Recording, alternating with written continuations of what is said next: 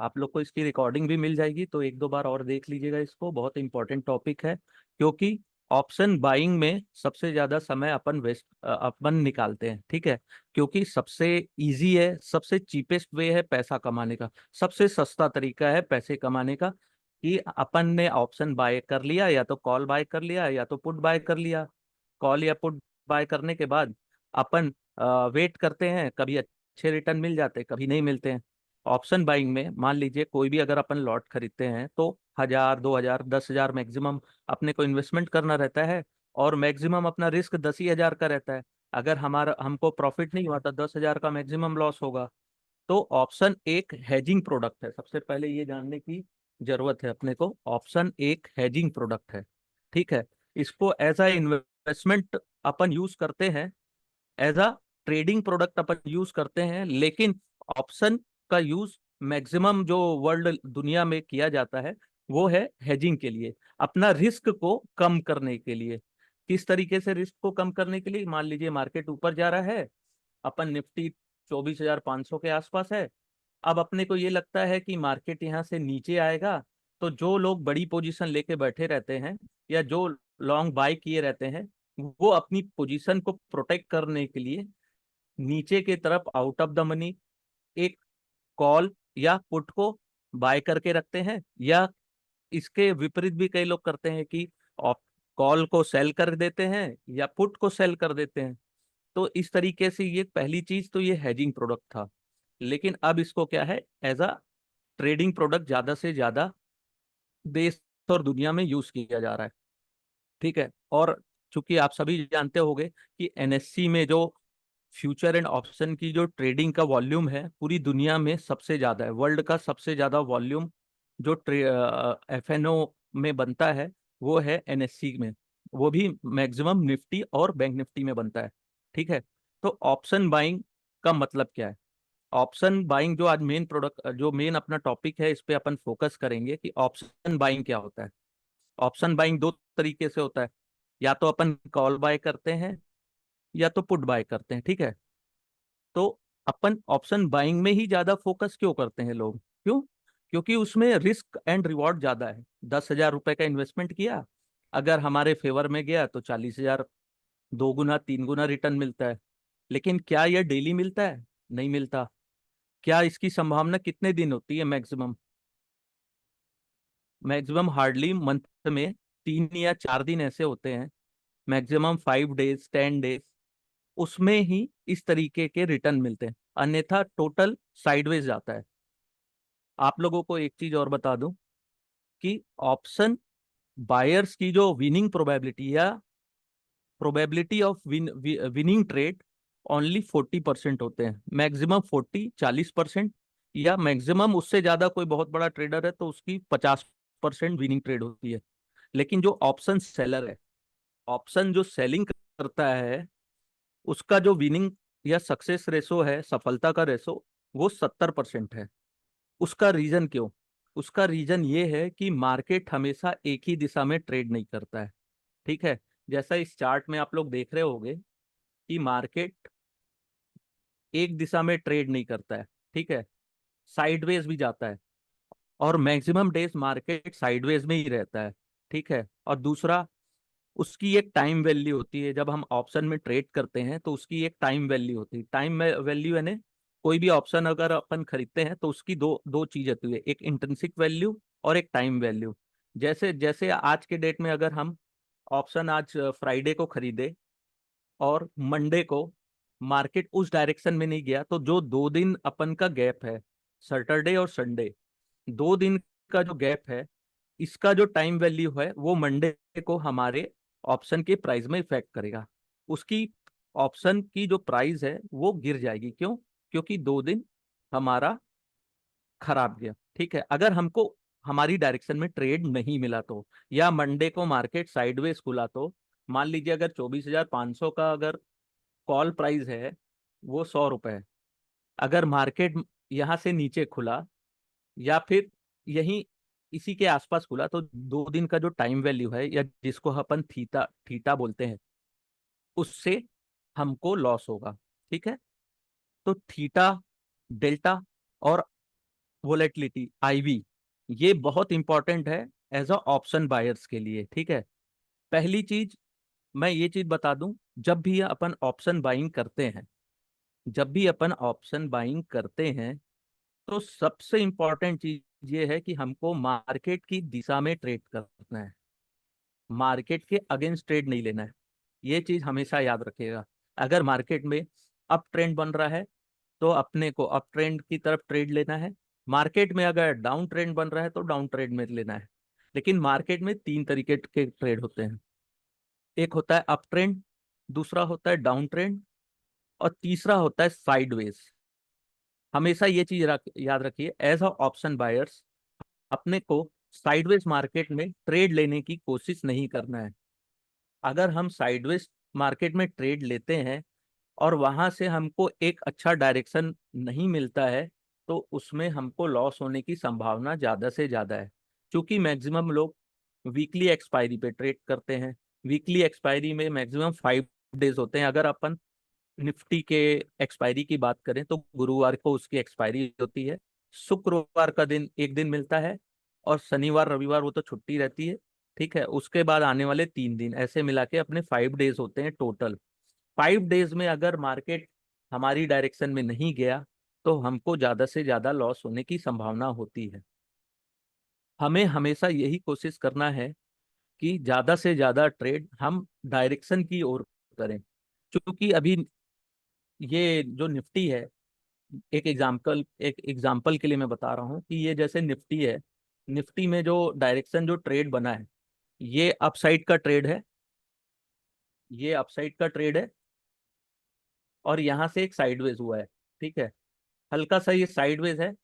और एक चीज अच्छी है कि कल टीसीएस के रिजल्ट के बाद मार्केट ने ये 24,500 का जो लेवल है, या अपना जो लाइफ टाइम हाई है, उसको ब्रेक करके 24,500 के ऊपर क्लोजिंग दिया है। इसका ये मतलब है कि मार्केट में और ज्यादा तेजी आ सकती है। लेकिन हमको क्या इस तरीके के चार्ट में ट्रेड करना चाहिए? नहीं। अपने को जब तक कंफर्मेशन नहीं मिल जाता तब तक अपने को ट्रेड नहीं लेना है। और कंफर्मेशन के लिए बहुत सारे पॉइंट्स हैं जिसको अपने को ध्यान रखना है। उस पॉइंट्स को मैं अभी आने वाले कुछ टाइम में मैं डिस्कस आप लोगों से करूंगा। ठीक है, तो जितने लोग बिगनर हैं उनके लिए पहले मैं ये एनएससी की एक साइट खोल लेता हूँ, और अपन निफ्टी के ही ये इसको ऑप्शन चेन बोलते हैं, इसमें से मैं डिस्कस करूंगा कि ये निफ्टी के ऑप्शन चेन में डिस्कस करूंगा। उसके बाद कुछ स्टॉक्स में जाऊंगा जिसमें आप लोगों को क्लियर कट मैं सभी पॉइंट्स बताने की कोशिश करूंगा जो कि ऑप्शन बायर्स को देखना चाहिए। ठीक है, तो पहली चीज, सबसे बेसिक चीज मैं बता दूं कि ऑप्शन में दो पॉइंट्स होते हैं, एक होता है कॉल ऑप्शन, एक होता है पुट ऑप्शन। क्योंकि आज हमारी क्लास ऑप्शन बाइंग के ऊपर है तो अपन केवल बायर्स पॉइंट में देखेंगे। कॉल ऑप्शन क्या होता है?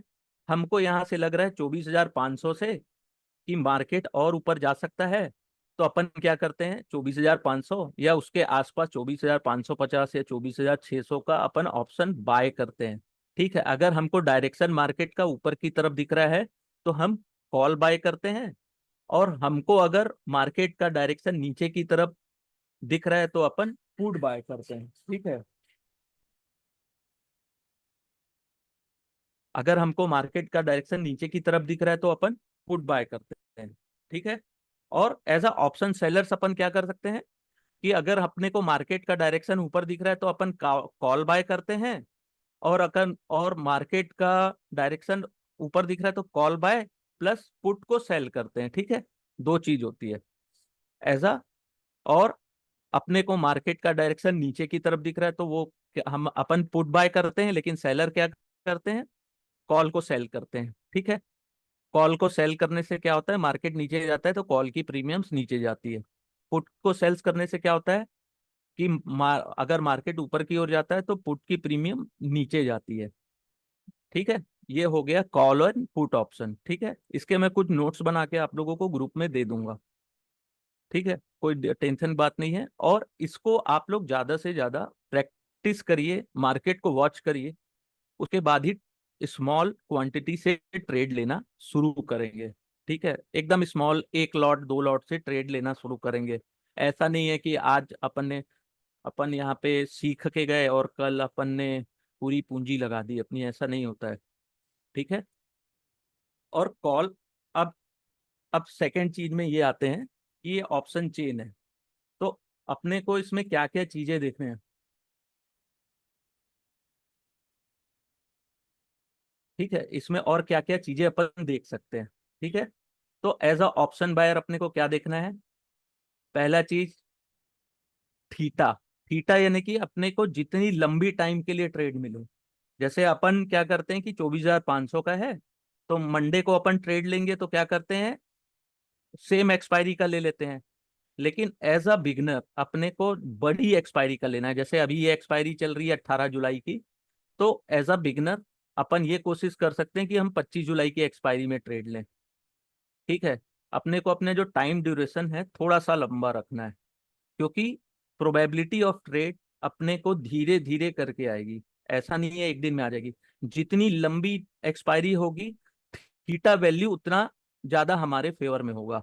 ठीक है, जितनी कम होती है थीटा की वैल्यू उतनी जल्दी जल्दी गिरते जाती है। ठीक है, जैसे अभी 18 जुलाई है, मंडे को मान लीजिए अपन ने, कई लोग कैरी फॉरवर्ड भी ट्रेड करते हैं, तो इसका जो प्राइस अभी 128 रुपये चल रहा है। ठीक है, थीटा वैल्यू क्या है। थीटा मीन्स ये होता है कि अगर हमारे फेवर में नहीं गया आने वाले एक्सपायरी तक, तो जितनी हमारी इसकी जो थीटा वैल्यू है, टाइम वैल्यू है इस ऑप्शन प्राइस की, वो जीरो हो जाएगी। केवल इंट्रिंसिक वैल्यू बचेगी। और एक चीज हमेशा याद रखिए, इसमें 3 टाइप के, ऑप्शन में 3 टाइप के स्ट्राइक्स होते हैं। एक होता है आउट ऑफ द मनी, यानी कि 24,500 के ऊपर जितने दिख रहे हैं ये आउट ऑफ द मनी, या 24,500 के अंदर है तो ये इन द मनी होते हैं। और जहां पे मार्केट अभी खड़ा है उसको एट द मनी बोलते हैं। ठीक है, 3 टाइप के ट्रेड ये होते हैं। पहला होता है आउट ऑफ द मनी। एक मैं टेक्स्ट में जाके दे देता हूँ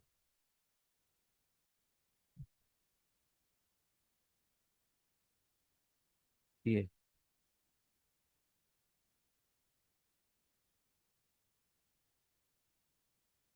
ठीक है, एक होता है आउट ऑफ द मनी, एक, सॉरी, सेकेंड,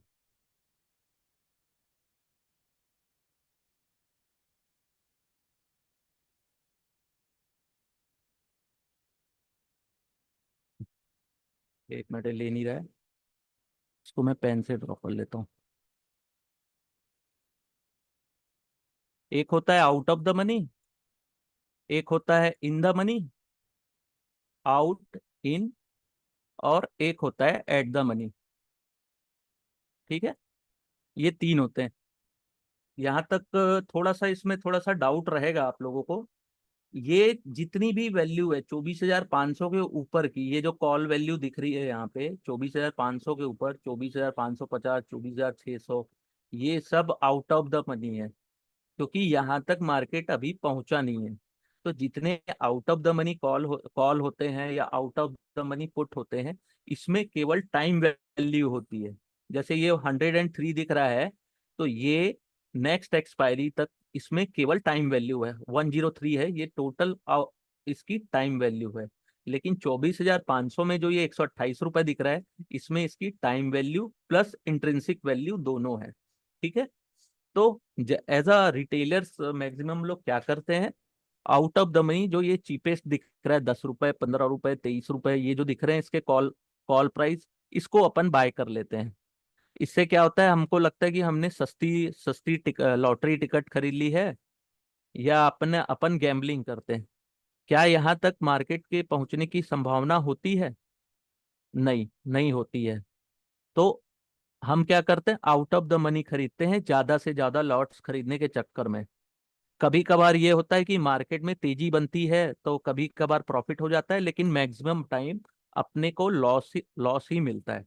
तो हमेशा ये चीज ट्राई करिए, एज अ बिगनर आप इन द मनी कॉल्स को ही खरीदें या इन द मनी पुट्स को ही बाय करें। ठीक है, क्योंकि इसमें इंट्रिंसिक वैल्यू होती है प्लस टाइम वैल्यू होती है। और सेकंड, इन द मनी जो कॉल ऑप्शन होते हैं, उसमें जो डेल्टा होता है, डेल्टा भी एक ऑप्शन ग्रीक है, वो 1 के करीब होता है। 1 यानी कि अगर यहाँ से 24,500 से मार्केट 24,600 जाता है या 1% ऊपर जाता है, तो 1 का मतलब ये है कि 100%, 1% या 100 पॉइंट ऊपर जाता है तो ये जो अपनी जो इन द मनी कॉल की प्राइस है ये भी 100 रुपीज ऊपर जाती है। तो इससे अपने को ज्यादा फायदा होता है। और जितने out of the money calls या पुट होते हैं, इसमें डेल्टा बहुत कम होता है। ठीक है। डेल्टा कम होने से क्या होता है कि मार्केट तो यहाँ तक पहुंच जाता है, लेकिन हमको जिस तरीके का प्रॉफिट होना चाहिए वो प्रॉफिट वो प्रॉफिट हमको नहीं मिल पाता है। सेम सेम चीज अपन कॉल ऑफ पुट ऑप्शन के लिए भी करते हैं। ठीक है। पुट पुट में भी अगर अपने को लग रहा है कि मार्केट यहाँ से नीचे जाएगा, तो अपने को मैक्सिमम कोशिश क्या करनी है, in the money put option खरीदने की। अगर यहाँ से मार्केट 1% या 100 पॉइंट नीचे जाता है, तो जो इन द मनी पुट की भी जो वैल्यू है वो 100 पॉइंट बढ़ेगी। ठीक है। लेकिन आउट ऑफ द मनी में ये प्रोबेबिलिटी बहुत कम होती है। तो ये चीज हमेशा ध्यान रखेंगे कि कभी भी अगर आप ऑप्शन बाइंग करते हैं तो उसकी डेल्टा वैल्यू जरूर देखें।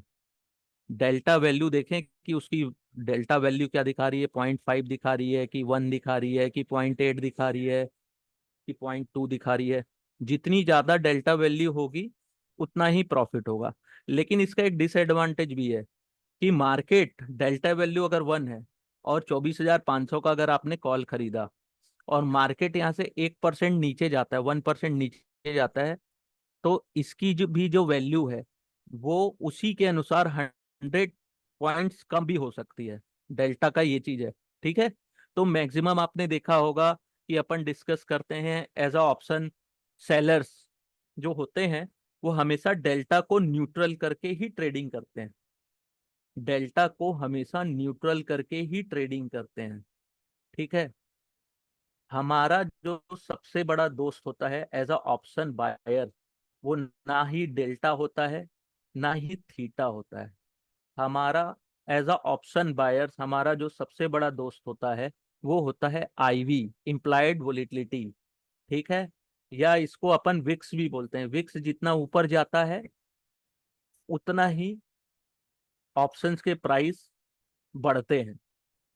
विक्स जितना नीचे जाता है उतना ही ऑप्शन के प्राइस घटते हैं। और हमेशा एक चीज ये ट्राई करिएगा कि एज अ ऑप्शन बायर हमको न्यूट्रल आईवी में ट्रेड नहीं करना है। जैसे यहाँ पे आईवी दिखा रही है 8.52, इतनी कम आईवी में भी अपने को ट्रेड नहीं लेना है। इसका रीजन क्या है कि जितनी आईवी कम होगी तो इसकी प्रोबेबिलिटी है ही नहीं ऊपर जाने की, ये न्यूट्रल है, नहीं जा सकता ऊपर। ये लगभग 10 के ऊपर होनी चाहिए, 10-11 के ऊपर होनी चाहिए अगर अपने को ऑप्शन में ट्रेड करना है तो।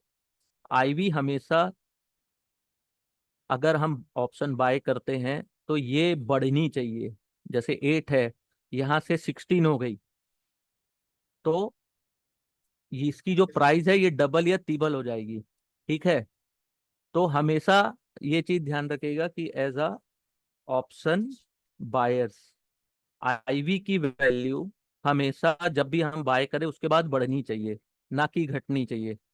अगर हम ऑप्शन बाय करते हैं और आईवी यहाँ 25 है और वहां से अगर मार्केट नीचे तो नहीं जाया गया लेकिन आईवी कम हो गई, तो भी हमारा जो ऑप्शन का जो प्राइस है वो गिरते जाएगा। क्योंकि आईवी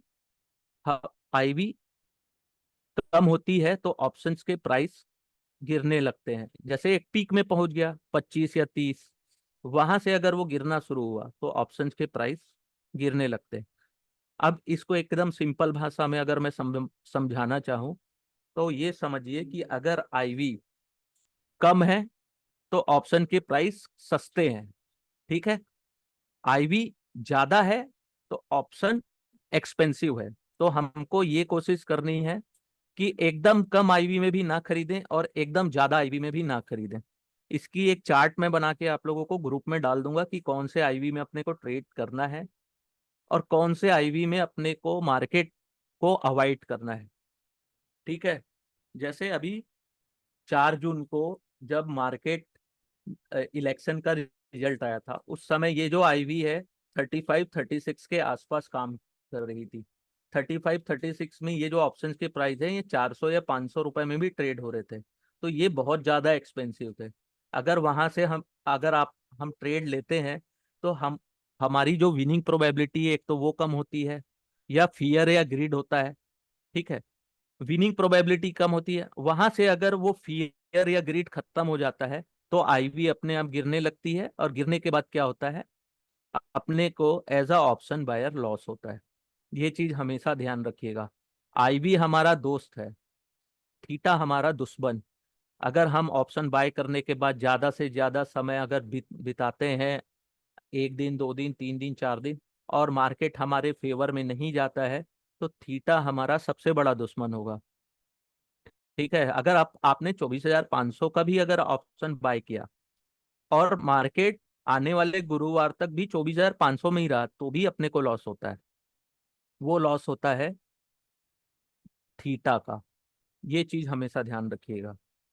ठीक है, अब यहाँ तक अपन ये सब देख लिए। अब अपन ये चीज ध्यान देते हैं कि ये 24,500 पे ये ऑप्शन चेन है। ये आपको, आप लोग जो भी ब्रोकरेज का टर्मिनल यूज करते होंगे, या कोई भी स्टॉक ब्रोकर यूज करते होंगे, जीरोधा या ग्रो धन, जो भी यूज करते हैं, जो भी अगर अपन यूज करते हैं, उसमें ये सब चीजें अवेलेबल होती है। कुछ एडवांस लेवल के जो ब्रोकर हैं, वो तो आईवी, डेल्टा, थीटा, जितने भी ऑप्शन क्रिक्स हैं, सभी दिखाते हैं वो। ठीक है, ये निफ्टी का, एनएससी का जो ऑफिशियल वेबसाइट है, जो कि मार्केट क्लोज हो चुका है उसके बाद की ये पोजीशन यहाँ पे दिखा रहा है। ये जो येलो कलर में है, यहाँ पे कॉल साइड लेफ्ट साइड में होता है, और पुट साइड राइट साइड में होता है। ये कॉल है और ये पुट है। ठीक है, ये जो येलो कलर में दिख रहा है, ये in the money call options का है, और ये पुट जो दिख रहा है, ये in the money put options का है। ठीक है, और मार्केट अभी 24,500 पे क्लोज है, क्योंकि, है ना। अब इसको, ऑप्शन चेन को अपन को कैसे देखना है, सबसे इंपॉर्टेंट चीज, ऑप्शन चेन को हमेशा ऑप्शन सेलर्स के पॉइंट ऑफ व्यू से देखना है। ये ऑप्शन सेलर्स का पॉइंट ऑफ व्यू से देखना है इसको। चीज हमेशा ध्यान रखिएगा। ठीक है, अब देखिए, जैसे 24,500 में जो कॉल राइटर्स हैं, उनकी पोजीशन क्या है 24,500 में, 1,53,938 ओपन इंटरेस्ट है। यानी कि इतने लोगों ने अपने कॉन्ट्रैक्ट ओपन रखे हैं, वो भी आफ्टर मार्केट क्लोजिंग। यानी कि इतने सेलर्स, कॉल राइटर्स यहाँ पे बैठे हुए हैं। ठीक है, और पुट में भी देखेंगे तो सेम पोजीशन है, 1,52,321। ठीक है, 24,500 में इन्होंने भी अपनी पोजीशन जो ओआई है, इस ये भी अच्छी खासी बढ़ी हुई है, 1,09,931। इसका ये मतलब है कि मंडे को जब मार्केट खुलेगा, तो 24,500 के आसपास ही खुलेगा। ठीक है, यहाँ से ये चीज पता चलती है। और एक चीज और पता चल रही है कि 24,500 के जो स्ट्राइक प्राइस है, उसमें ओपन इंटरेस्ट दोनों साइड में इक्वल नजर आ रहे हैं। तो इसका ये मतलब है, कॉल राइटर्स और पुट राइटर्स की जो लड़ाई है 24,500 के में ही ज्यादा से ज्यादा टिकी हुई है। ठीक है, क्योंकि यहाँ पे ओपन इंटरेस्ट जो है 1,09,000 ऐड हुए हैं, और यहाँ पे केवल 42,000 ऐड हुए हैं। अब क्या करते हैं, इसके थोड़े नीचे की प्राइस में जाते हैं, 24,600। अब 24,600 में आप देखिए कि यहाँ पे जो ओपन इंटरेस्ट है 1,17,000 है, चेंज इन ओआई है 40,000। यानी कि 24,600 में कॉल राइटर सबसे ज्यादा एक्टिव है, ये इस पोजीशन में 24,600 में सबसे ज्यादा कॉल राइटर्स एक्टिव हैं। इसका ये मतलब है कि 24,600 आने वाली जो एक्सपायरी है, जो थर्सडे को है, उसके लिए सबसे बड़ा रेजिस्टेंस है 24,600 को क्रॉस करना। क्योंकि यहाँ पे पोजीशन जो है ये प्लस में है 40,000। इसका ये मतलब है कि कॉल राइटर सबसे ज्यादा एग्रेसिव इस पॉइंट में है, इसके ऊपर मार्केट को जाने नहीं देना चाहते। ओके, अब ऐसे ही पुट में देख लेते हैं अपन। तो ये आप देखेंगे कि 24 24,400 में जो पुट राइटर्स बैठे हैं, 2 लाख कॉन्ट्रैक्ट हैं टोटल, सबसे ज्यादा। और यहाँ पे चेंज इन ओआई तो कितने, 1,35,000 ऐड हुए हैं। ठीक है। और यहाँ पे 24,400 में जो कॉल राइटर्स हैं वो माइनस हुए हैं, -14,000।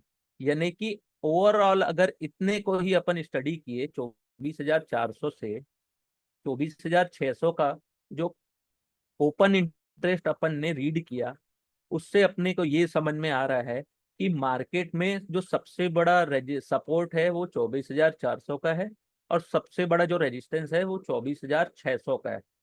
तो अगर मार्केट में अपने को ट्रेड लेना है तो 24,400 और 24,600 के रेंज में ही लेना है।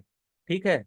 इसके ऊपर अगर ट्रेड लेते हैं, इसके ऊपर की अगर अपन कॉल बाय करते हैं या सेल करते हैं, तो इसकी प्रोबेबिलिटी अभी हमको बिल्कुल नजर नहीं आ रही कि मार्केट यहाँ से ऊपर जाएगा। जब मार्केट ओपन होगा तो अगर यहाँ से कोई भी पोजीशन कॉल राइटर्स या पुट राइटर्स अपनी क्लोज करते हैं, तो वहां से हमको ये पता चलेगा कि मार्केट में अब मंडे को फर्स्ट हाफ में कौन एग्रेसिव है। लेकिन उसके लिए यहाँ पे जो 24,600 या 24,500 में जो कॉल राइटर्स पुट राइटर्स हैं, उनकी पोजीशन जानना बहुत जरूरी है। अगर मार्केट मंडे को ओपन होता है और कॉल राइटर्स यहाँ से अपनी पोजीशन स्क्वायर ऑफ करना शुरू करते हैं 1,53,000 से, कॉल राइटर्स अगर पोजीशन अपनी स्क्वायर ऑफ कर रहे हैं, इसका ये मतलब है कि उनको मार्केट में और तेजी नजर आ रहा है। तो अपन उस पोजीशन में क्या कर सकते हैं कि कॉल बाय कर सकते हैं। अगर हमको सोमवार को ये नजर आता है कि पुट राइटर्स अपनी पोजीशन यहाँ से ओआई से अपनी पोजीशन स्क्वायर ऑफ कर रहे हैं, इसका ये मतलब है कि उनको ये लगता है कि मार्केट यहाँ से नीचे जा सकता है। अब ये चीज अपन पुट राइटर से कॉल राइटर्स के पॉइंट ऑफ व्यू से क्यों देख रहे हैं, क्योंकि वो हमसे ज्यादा स्मार्ट हैं। ठीक है। एज अ ऑप्शन बायर्स हम केवल 10,000, एक लॉट खरीदने के लिए 10,000 रुपए लगाते हैं, लेकिन वो एक लॉट को सेल करने के लिए 90,000, करीबन 60 से 70 हजार रुपए वो अपना मार्जिन दे के आते हैं।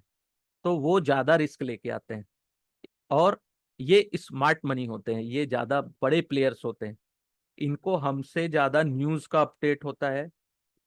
ठीक है। हमसे ज्यादा अपडेट रहते हैं। ऐसा नहीं है कि हम स्मार्ट नहीं है, लेकिन अपडेट रहने में ये हमसे ज्यादा अपडेट है। ठीक है। तो ये चीज को हमेशा ध्यान रखिएगा। जब भी अपन इसमें ट्रेड लेते हैं, तो हमको ये जो ओपन इंटरेस्ट है वो कॉल राइटर्स या पुट राइटर्स के पॉइंट ऑफ व्यू से इसको चेक करना है। अगर कॉल राइटर्स अपनी पोजीशन स्क्वायर ऑफ कर रहे हैं, यानी कि मार्केट यहाँ से और ऊपर जा सकता है, और पुट राइटर्स अपनी पोजीशन अगर स्क्वायर ऑफ कर रहे हैं, यानी कि यहाँ से मार्केट नीचे जा सकता है। ठीक है। तो यहाँ तक अगर आप लोगों को कुछ समझ नहीं आया तो आप लोग मुझसे पूछ सकते हैं।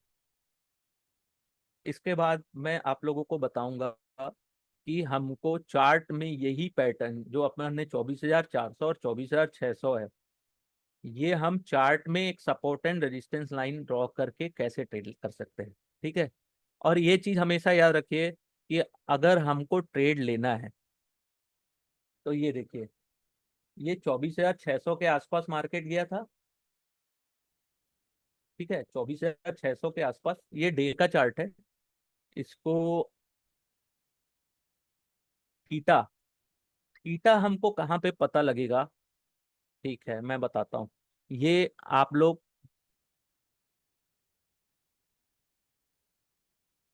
हाँ, ऑप्शन डेटा तो चेंज होते रहेगा। हाँ, देखिए, ये अभी अपन ने 24,000 ऑप्शन चेन में क्या देखा, 24,400 और 24,600। तो ये निफ्टी में 24,600 के आसपास एक अपन एक लाइन खींच लेते हैं। ये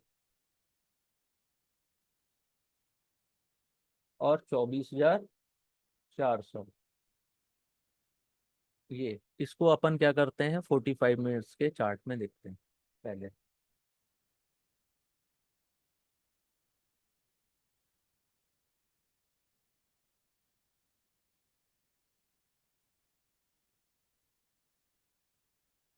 जो स्क्वायर ऑफ कर रहे हैं इसको हमें हमेशा एक ये चीज मैं बता रहा हूँ कि बायर्स स्क्वायर ऑफ कर रहे हैं कि सेलर्स ने, ये देखना है। आउट ऑफ द मनी है 24,600, ठीक है, 24,500 एट द मनी है। इसमें जो स्क्वायर ऑफ, हमेशा एक चीज याद रखिएगा, इसको सेलर्स के पॉइंट ऑफ व्यू से देखना है, हमको बायर्स के पॉइंट ऑफ व्यू से नहीं देखना है। ठीक है, इसमें बायर्स और सेलर्स का कुछ नहीं है, केवल हमको ऑप्शन सेलर्स के पॉइंट ऑफ व्यू से देखना है। ठीक है, ये जितने आउट ऑफ द मनी है, एट द मनी है ना, इसमें मैक्सिमम जो ये जो दिख रहा है ना यहाँ पे, ये यहाँ पे मैक्सिमम ऑप्शन सेलर्स ही एक्टिव होते हैं यहाँ पे। ठीक है, और थीटा अगर आपको मार्केट का देखना है,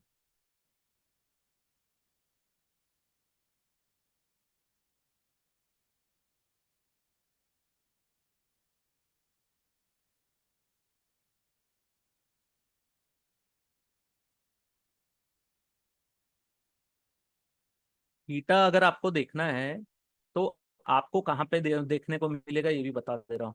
आपका जो भी ब्रोकर है, चाहे अपस्टॉक हो, चाहे आपका ग्रो है, धन ऐप है, और जीरोधा है, उसमें थीटा का भी ऑप्शन देते हैं वो लोग। ठीक है, थीटा, डेल्टा, रो, गामा। ठीक है, अब देखो यहाँ पे अपने को पोजीशन दिख गई 24,500, आईवी लो है, और जो market as a option chain अपने को लग रहा है कि यहाँ से मार्केट थोड़ा ऊपर जा सकता है। लेकिन जब भी अपने को ट्रेड लेना है तो इस टाइप के छोटे कैंडल्स पे ट्रेड नहीं लेना है।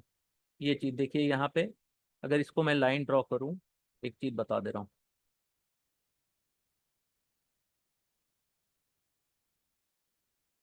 नहीं, यहाँ पे नहीं, ये यहाँ पे आएगा 24,400, कहाँ पे आ रहा है?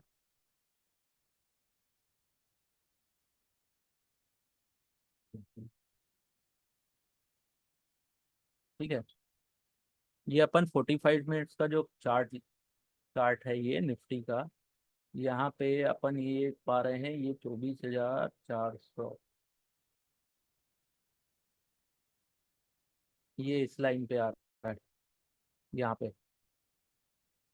ठीक है, ये जो लाइन है ये बहुत बड़ा रेजिस्टेंस लाइन है, इसको आप अगर मैं ड्रॉ करूँ तो इस लाइन को ये क्रॉस कर रहा है, इसको लगभग क्रॉस कर रहा है। तो इसके लिए ये जो लाइन है बहुत बड़ा सपोर्ट लाइन है। ठीक है, और ये जो लाइन है ये सबसे बड़ा रेजिस्टेंस लाइन है, जिसको इसने क्रॉस करने की फ्राइडे को कोशिश की थी। तो अब ये मान सकते हैं कि आने वाले वीकेंड, आने वाले एक्सपायरी तक मार्केट यहाँ से यहाँ, यहाँ, यहाँ, यहाँ, यहाँ इतने में ही काम कर सकता है। ठीक है, अब इस रेंज पे ही मार्केट अगर काम करेगा तो क्या एज अ ऑप्शन बायर्स अपन पैसे कमा सकते हैं? नहीं, एज अ ऑप्शन बायर्स अपन पैसे नहीं बना सकते, क्योंकि एज अ ऑप्शन बायर्स अपने को इस टाइप की ट्रेड मिलनी चाहिए। ये जो ट्रेड मिला है ना इतना लंबा, इसमें अपन पैसे बना सकते हैं। ठीक है, तो हमको क्या कोशिश करनी है ये बता रहा हूं। अगर इस ब्रेकआउट को, ये जो सपोर्ट है, ये जो सपोर्ट है 24,400 का, अगर इसको मार्केट एक बड़े कैंडल्स के साथ तोड़ने की कोशिश करे, बड़ा कैंडल जस्ट लाइक ये जो कैंडल बना, या ये कैंडल बना, इस बड़े कैंडल्स के साथ अगर तोड़ने की कोशिश करे, और वॉल्यूम ज्यादा से ज्यादा है, वॉल्यूम अगर ज्यादा से ज्यादा वॉल्यूम है और बड़े वॉल्यूम के साथ इसको तोड़ने की कोशिश करे, तो यहाँ पे अपन पुट बाय कर सकते हैं 24,400 का, जो अगर सपोर्ट को तोड़ता है तो। और मार्केट बड़ी कैंडल्स, जिसको अपन मारी बाजू कैंडल बोलते हैं, बड़ी कैंडल्स जस्ट लाइक ये, ऐसी स्ट्रेंथ वाली जिसमें कोई बॉडी ना हो। देखिए हमेशा यहाँ भी जो अप ट्रेंड की शुरुआत हुई थी ये बड़े कैंडल्स के साथ हुई थी। ठीक है, अब ये डाउन ट्रेंड भी यहाँ से शुरू हुआ था, लेकिन यहाँ पे जो एक सपोर्ट था उससे इसने रिकवरी ले ली। तो ये चीज हमेशा याद रखिए, हमको कभी भी ऑप्शन बाइंग करनी है, पहली चीज, हमको डेली ट्रेड नहीं मिलने वाला, ये लिख के रख लीजिए। हमको बहुत मेहनत करनी पड़ती है एक एक ट्रेड खोजने के लिए, ठीक है। ब्रेकआउट में ही ट्रेड मिलता है, ये भी आप लिख लीजिए कि कहीं भी बड़ा ब्रेकआउट ऊपर या नीचे के डायरेक्शन में अगर हमें मिलता है तभी हमको ट्रेड मिलेगा। ऐसे ट्रेड नहीं मिलने वाला कि अभी किसी के बोलने से अपन यहाँ पे एंटर ले लिए कि यहाँ से अभी 24,400 चल रहा है या 24,600, अभी 500 के आसपास है, तो अपन ने बाय कर लिया कितने पॉइंट्स के लिए, 5 पॉइंट 10 पॉइंट्स के लिए। रिस्क कितना ले रहे हैं, 100 पॉइंट्स का रिस्क लेके अपन 10 पॉइंट कमाने की कोशिश कर रहे हैं। ये पॉसिबल नहीं होता है। अगर हम ट्रेड लेने की कोशिश करें तो हमको कम से कम वहां 20-30 पॉइंट मिलना चाहिए कि अगर हम 100 पॉइंट या 100, ऑप्शन का प्राइस 100 रुपए चल रहा है और हम वहां पे 20 पॉइंट लेने की, कम से कम 20 पॉइंट लेने के लिए एंटर करेंगे, तब हमारा सक्सेस रेशो ज्यादा से ज्यादा होगा।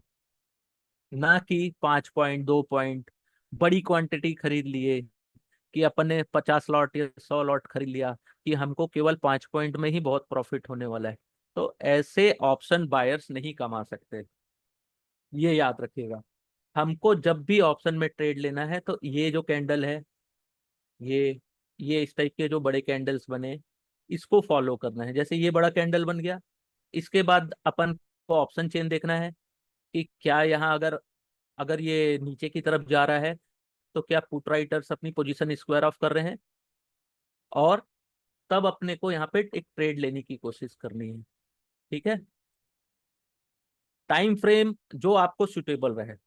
अगर आप 45 मिनट्स का ट्रेड 45 मिनट्स के कैंडल्स में एंटर ले रहे हैं, तो आपका टाइम फ्रेम यह है कि आपको 45 मिनट्स के अंदर मार्केट से एग्जिट भी लेना है। ऑप्शन बायर्स का सबसे बड़ा दुश्मन होता है थीटा, ठीक है, टाइम। तो ये समझिए कि अगर मेरे को यहाँ पे ट्रेड मिल रहा है तो मैक्सिमम मेरे पास 45 मिनट्स है। 45 मिनट्स में या तो अगर मेरे को ट्रेड में मेरे को प्रॉफिट मिला तो, नहीं मिला तो भी मैं 45 मिनट्स में एग्जिट करूंगा। क्यों? क्योंकि हम नियर एक्सपायरी में काम कर रहे हो या नेक्स्ट एक्सपायरी में काम कर रहे हो, हमारे पास टाइम कम है, ठीक है। अब ये हो गई निफ्टी की बात। इस टाइप के चार्ट्स देख लिए। अब इसमें अगर एक इंडिकेटर लगाया जाए, इसको बोलते हैं एडीएक्स बाई कोबरा, ठीक है, इसको लिख लीजिए, एडीएक्स बाई कोबरा। आप लोग पॉइंट नोट कर लिए लीजिए, एडीएक्स बाई कोबरा। तो इसकी जो अभी वैल्यू चल रही है, देखिए ये जो व्हाइट लाइन है ये है एडीएक्स लाइन, ठीक है। ये जो एडीएक्स लाइन है ये 40 के आसपास चल रहा है, ठीक है। लेकिन ये जो ग्रीन है, ग्रीन लाइन और ये रेड लाइन दिख रही है, तो जो ग्रीन रेड लाइन है ये है नीचे, मंदी का सिग्नल देता है, और जो ये ग्रीन लाइन है ये तेजी का सिग्नल देता है। तो आप अगर इसको एज अ बैक टेस्ट भी करेंगे तो ये 11 जुलाई को आप देखिए, इसने यहाँ पे क्रॉसओवर दिया 11 जुलाई को, वहां से देखिए मार्केट ने कितने पॉइंट दिए। यहाँ पे इसने एक क्रॉसओवर दिया 9 जुलाई को, 9 जुलाई को, उसके बाद देखिए कि मार्केट किस तरीके से बिहेव किया है, ठीक है। जहां जहां पे ये क्रॉसओवर मिलता है वहां पे ट्रेड की संभावना कितनी है। अगर एज अ एडीएक्स इंडिकेटर से अगर हम ट्रेड लेते हैं, अगर हमको 10 में से 6 ट्रेड भी हमारे फेवर में मिल रहे हैं, इसको आप बैक टेस्ट खुद करिएगा, ठीक है। मैं अभी आप लोगों को 2-3 बता देता हूँ। जैसे यहाँ पे एक क्रॉसओवर दिया, ठीक है, तो यहाँ एक एक एक कैंडल मिला, कितने पॉइंट्स का था, 539 से लगभग 80 पॉइंट का कैंडल था ये, ठीक है। तो ये जब जब क्रॉसओवर देता है तब अपने को ट्रेड अच्छे स्ट्रॉन्ग ट्रेड मिलते हैं। और सेकंड एक चीज का ध्यान रखिएगा, इसकी जो क्रॉसओवर होने के बाद भी जो इसकी वैल्यू है लगभग 28 के ऊपर होनी चाहिए। पहली चीज एडीएक्स की वैल्यू होनी चाहिए 28 के ऊपर, 28 के ऊपर। और सेकंड ये ग्रीन लाइन या रेड लाइन में क्रॉसओवर होने से बस नहीं, अपने को ट्रेड नहीं लेना है, इसकी जो वैल्यू है ये भी 25 से ऊपर होनी चाहिए। एज अ बिगनर, अगर आप लोग अभी ट्रेड स्टार्ट कर रहे हैं तो एज अ बिगनर अपना जो प्रोबेबिलिटी है ये रहना चाहिए कि ये दोनों की लाइन की जो वैल्यू है, अगर अपन ऊपर की ओर पोजीशन लेना चाहते हैं तो ये जो ग्रीन लाइन है इसकी वैल्यू 25 के ऊपर होनी चाहिए। ठीक है, 25 है, 28 मैक्सिमम। एज अ बिगनर आपको कोशिश करना है 25, ये 25 के आसपास ही है, तो थोड़ा सा वेट करना है कि 26 27 जाए, है ना, उसके बाद ही ट्रेड लेना है। बिलो 25 एडीएक्स वैल्यू में ट्रेड नहीं लेना है, ये चीज हमेशा याद रखिएगा। और जितने भी इंडिकेटर्स होते हैं ये लैगिंग इंडिकेटर्स होते हैं। ओके, पहले प्राइस एक्शन अपना अपना पैटर्न बनाता है, उसके बाद ये इंडिकेटर्स बनते हैं, तो ये चीज हमेशा याद रखिएगा। अगर हम इंडेक्स में ट्रेडिंग लेते हैं निफ्टी या बैंक निफ्टी में, तो पहले अपने को प्राइस एक्शन या ट्रेंड की दिशा देखनी है। तो यहाँ तो अपने को दिख रहा है ट्रेंड की दिशा अप साइड में है, क्लियर दिख रहा है। मे बी यहाँ से अगर थोड़ी प्रॉफिट बुकिंग होती है तो 24,400 के आसपास, फिर वहां से ऊपर जाने की संभावना है, ये पूरा अप ट्रेंड दिखा रहा है। ठीक है, तो अपने को इस टाइप के ट्रेंड में शॉर्ट पोजीशन लेने के लिए से पहले बहुत ज्यादा सोचना समझना है, उसके बाद ही अप ट्रेंड लेना है या शॉर्ट पोजीशन लेनी है। ऐसा नहीं है कल सुबह उठे हमको ये लग रहा है, बिना कुछ पॉइंट्स या कुछ भी चेक नहीं किया अपन ने, और बस अपन ने शॉर्ट पोजीशन ले ली या कॉल अप। इस इंडिकेटर को बस आप इंडिकेटर में जाइए, इंडिकेटर में जाइए और यहाँ पे सर्च करिए एडीएक्स बाई कोबरा। ठीक है, एडीएक्स बाई कोबरा, इसको आप कर लीजिए और बाय डिफॉल्ट जैसा है वैसे ही चलने दीजिए, कोई दिक्कत नहीं है इसमें। इस इसको आप जितने लंबे टाइम फ्रेम में यूज करेंगे उतना ही अच्छा रिजल्ट ये देता है। जितने लंबे टाइम फ्रेम में आप यूज करिए उतना अच्छा रिजल्ट देता है।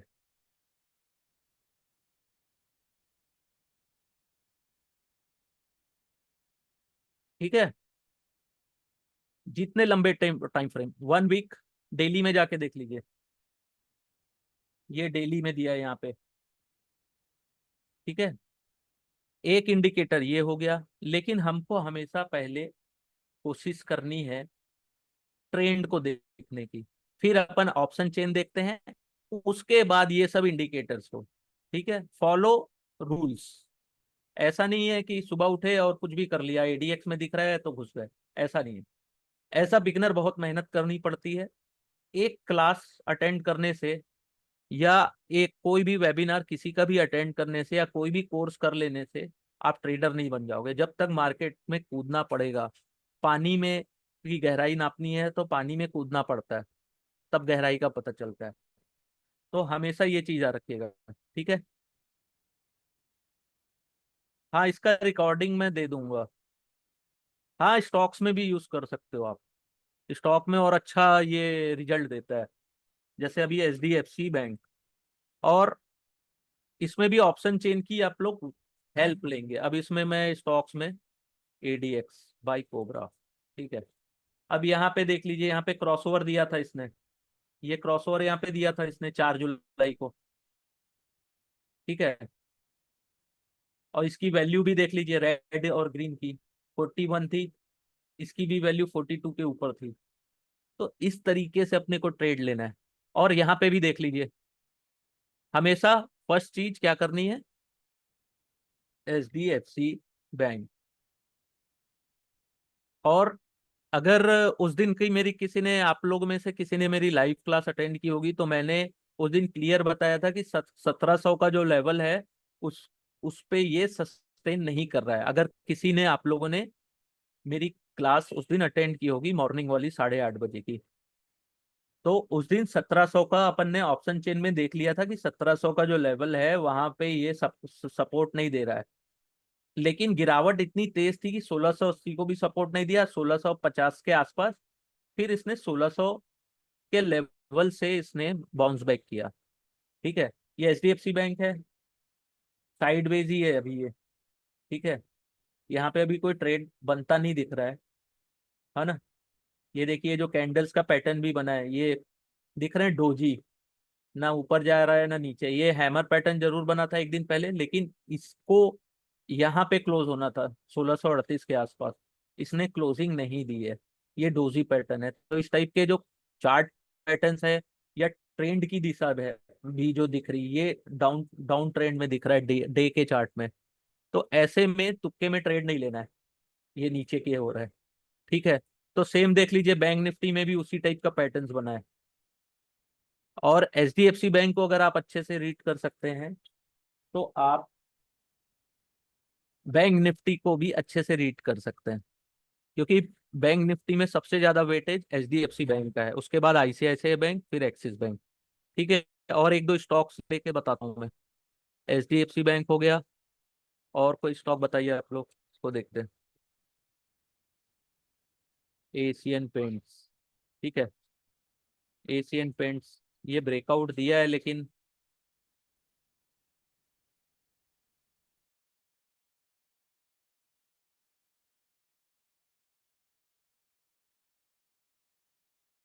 ठीक है, ये यहाँ पे इसने ब्रेकआउट दिया है, लेकिन ब्रेकआउट उतना भी सक्सेसफुल नहीं हुआ है।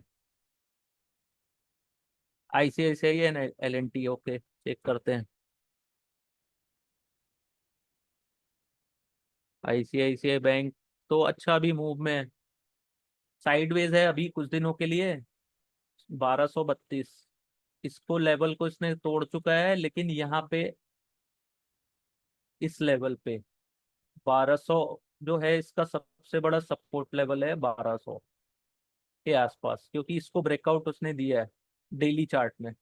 और यहाँ पे देख लीजिए एडीएक्स की जो वैल्यू है, ठीक है, 11 12, कोई मतलब नहीं है ऐसे में ट्रेड लेने का। और यहाँ पे 27 है, लेकिन हमको दोनों में से कोई भी कंफर्मेशन नहीं मिल रहा है।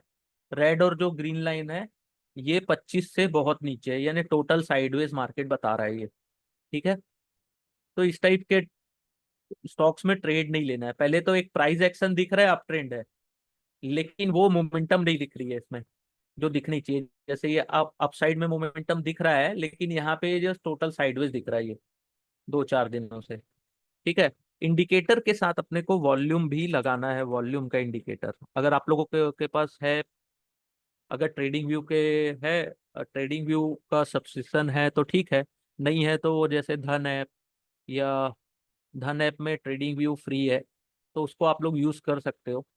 ठीक है, और अगर इसमें अच्छा ट्रेडर बनना है तो थोड़ी मेहनत और थोड़ा पैसा तो लगाना पड़ेगा, कुछ अच्छे सॉफ्टवेयर्स में पैसे लगाने पड़ेंगे। और ये ट्रेडिंग व्यू वैसे भी फ्री है, 2 3 इंडिकेटर तो लगाने देता ही है, इतने तो दे देगा। और आने वाले जो वेबिनार्स होंगे उसमें मैं आप लोगों को मल्टीपल इंडिकेटर्स भी बता दूंगा, जिसमें आपको इसका पेड वर्जन लेने की जरूरत नहीं पड़ेगी, नॉर्मल में ही आप लोग स्टडी अच्छे से कर सकते हैं। ठीक है, ये साइडवेज दिख रहा है, वॉल्यूम भी देख लीजिए रेड है 3 दिन से, कोई धीरे धीरे इसमें अच्छे से सेलिंग कर रहा है। ठीक है, थोड़ा थोड़े वॉल्यूम में। और एल एन टी, लार ला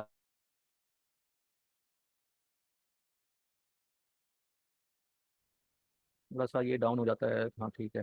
ये भी साइडवेज है, देख लीजिए इसकी जो वैल्यू है, तीनों की तीनों वैल्यूज में साइडवेज ही नजर आ रही है। ठीक है, एज पर एडीएक्स इंडिकेटर, है ना, साइडवेज दिख रहा है। और यहाँ भी देख लो साइडवेज है 3700 से, ये इस लेवल पे, ये चार्ट को देखते ही कि कोई भी समझ जाएगा कि ये साइडवेज ही है, कोई इसमें अपर अप ट्रेंड या डाउन ट्रेंड कुछ बनता नहीं दिख रहा है। तो इस टाइप के जो स्टॉक्स होते हैं वो साइडवेज होते हैं। ठीक है, और ऑप्शन बाइंग में हमेशा ये चीज याद रखिएगा, कभी भी साइडवेज मार्केट में ट्रेड लेने की कोशिश ना करें। साइडवेज हमेशा हमको डायरेक्शन पता होना चाहिए, या तो नीचे की डायरेक्शन में मिल रहा है या अपर अपर साइड में ट्रेड मिल रहा है तब।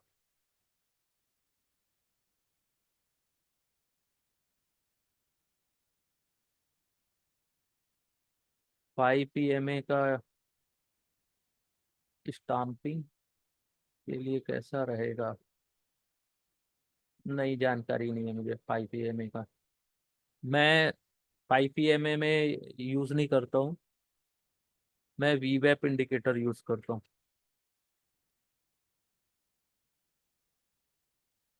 इसको आप 45 मिनट, 15 मिनट्स, मैक्सिमम 5 मिनट्स में सबसे अच्छा वीवेप ही काम करता है।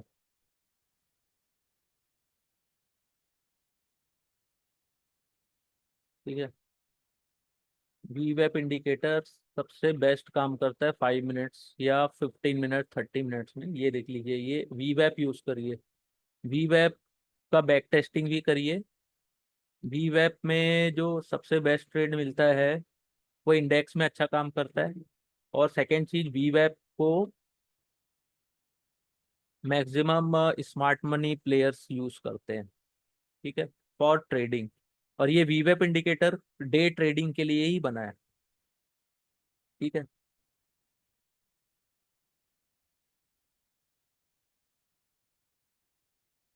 और किसी का कोई क्वेश्चन है तो पूछ सकते हैं।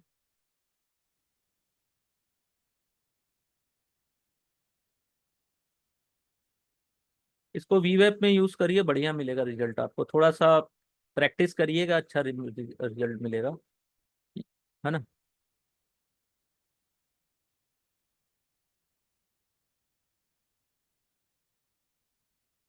ईएमए यूज कर सकते हैं, लेकिन ईएमए का यूज मैक्सिमम क्रॉसओवर पे ही होता है। ये देखिए, ऐसे में मैं अब दिखाता हूँ। ईएमए का यूज मैं उतना करता नहीं हूँ, तो मैं बता नहीं सकता हूँ।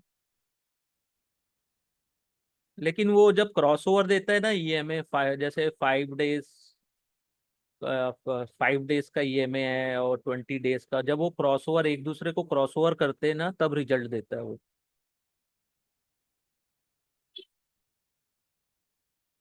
बैक टेस्टिंग कैसे करते हैं,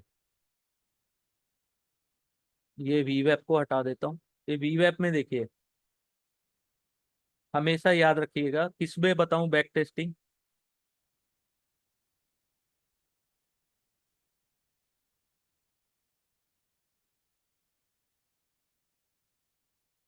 ये इसमें लार्सन में नहीं, मैं इसको एचडीएफसी बैंक में दिखाता हूँ। लार्सन तो साइडवेज है, साइडवेज में वीवेप भी काम नहीं करेगा। कोई भी इंडिकेटर है वो साइडवेज मार्केट में, दुनिया का कोई भी इंडिकेटर काम नहीं करता है। ठीक है।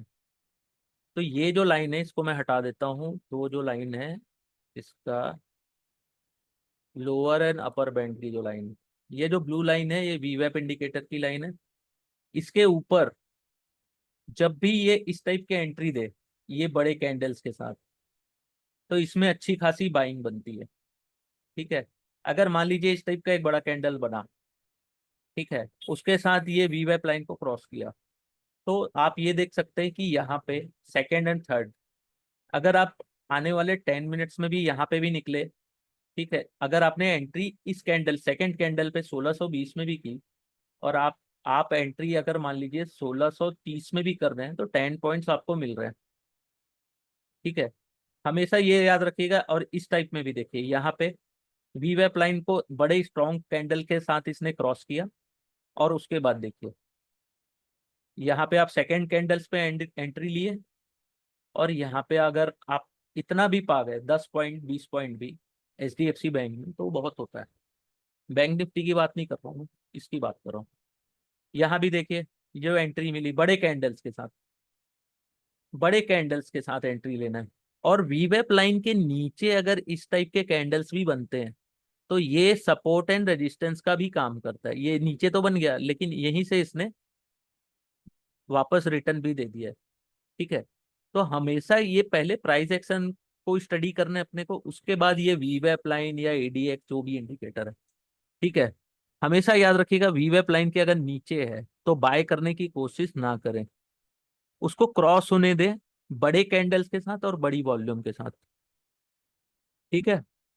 ये देख लीजिए, ये जब भी बड़े कैंडल्स के साथ इसने लाइन को तोड़ा है, तो इसमें सेल सिग्नल ही मिला है।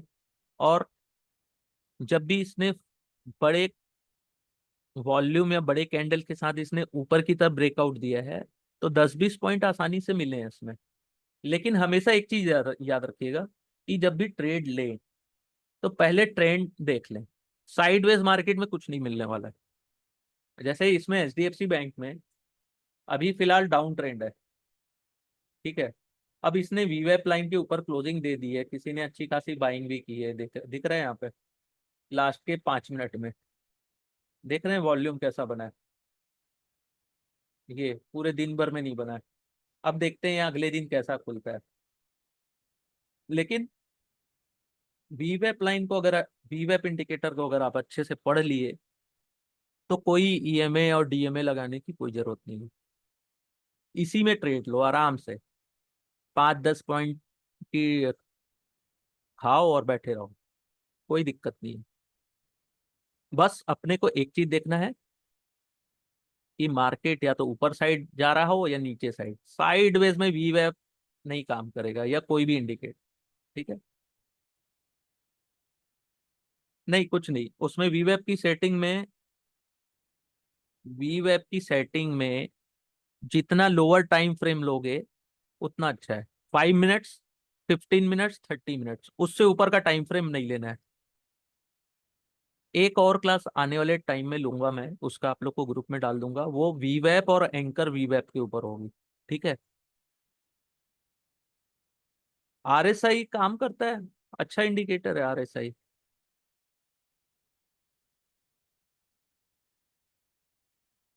लेकिन ये सब, देखो ये सब क्या है, ये सब लैगिंग इंडिकेटर होते हैं। ज्यादा इंडिकेटर के भरोसे ट्रेड नहीं ले सकते अपन। पहले प्राइस एक्शन, उसके बाद आरएसआई, या फिर जो भी इंडिकेटर हो, एडीएक्स हो।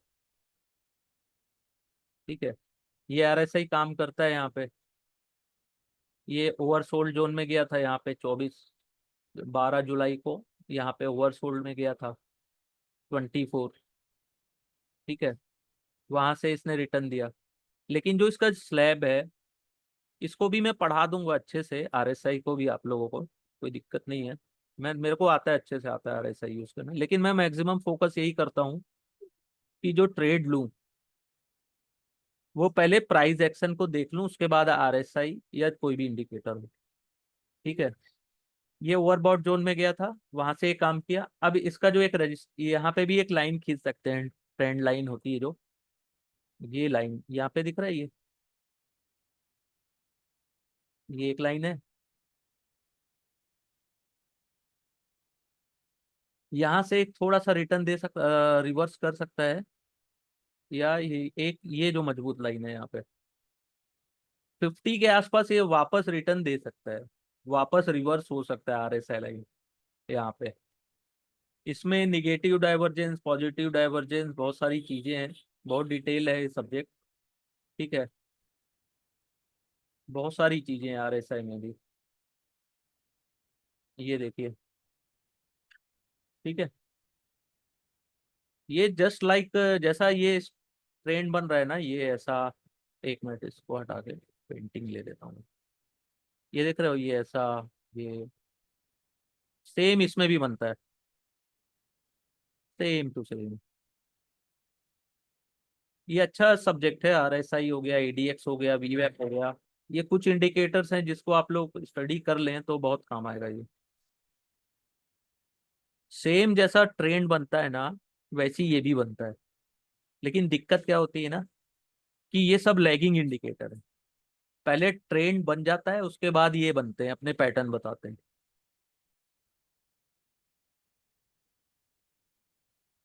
ब्रेकआउट, सपोर्ट एंड रेजिस्टेंस, जब भी ब्रेक होता है तो बड़ा ट्रेड बनता है।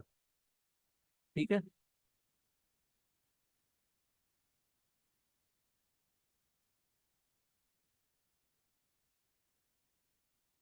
तो अपने को जब भी ऑप्शन बाइंग करनी है तो साइडवेज मार्केट अगर चार्ट में दिख रहा है, चार्ट में कैसे देखेंगे अपन? पहले मंथली, वीकली, डेली चार्ट, तो उसमें अपन को समझ में आ जाएगा कि मार्केट साइडवेज है कि ब्रेकआउट देने वाला है कि नीचे की तरफ ब्रेकआउट दे रहा है। तो वहां अगर अपने को ब्रेकआउट दिखता है, या अप ट्रेंड या डाउन ट्रेंड दिख रहा है, तभी अपने को ऑप्शन बाइंग करनी है, अन्यथा नहीं करनी है। हफ्ते में, वीकली, 10 डेज में भी अगर एक ट्रेड मिलता है तो बहुत है, उतने में भी बहुत प्रॉफिट हो जाता है। लेकिन डेली अगर आप सोचोगे कि ट्रेड मिलेगा और किसी के बोलने से चले जाओगे, तो ऐसे ट्रेड नहीं मिलता इजी, मेहनत करनी है। अब एचडीएफसी बैंक अगर नीचे की तरफ है तो बैंक निफ्टी कैसे ऊपर जा सकता है? सेकंड अपन आईसीआईसीआई बैंक देख लिए, वो भी साइडवेज दिख रहा है। जब दो बड़े बैंक साइडवेज में है तो बैंक निफ्टी ऊपर कैसे जा सकता है? या रिलायंस, टीसीएस और एचडीएफसी, ये तीनों साइडवेज हैं या नीचे की तरफ बता रहे हैं ट्रेड, तो कैसे कैसे अपन निफ्टी में कॉल बाय कर सकते हैं? ठीक है, ये सब चीजें अपने को देखना है।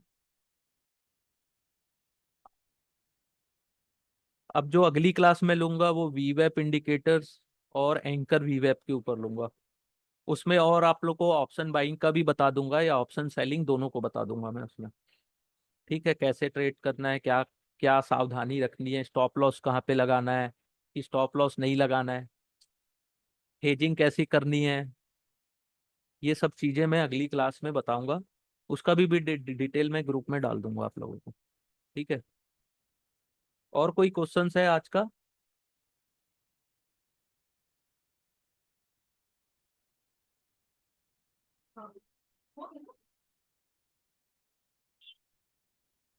और कोई क्वेश्चंस है?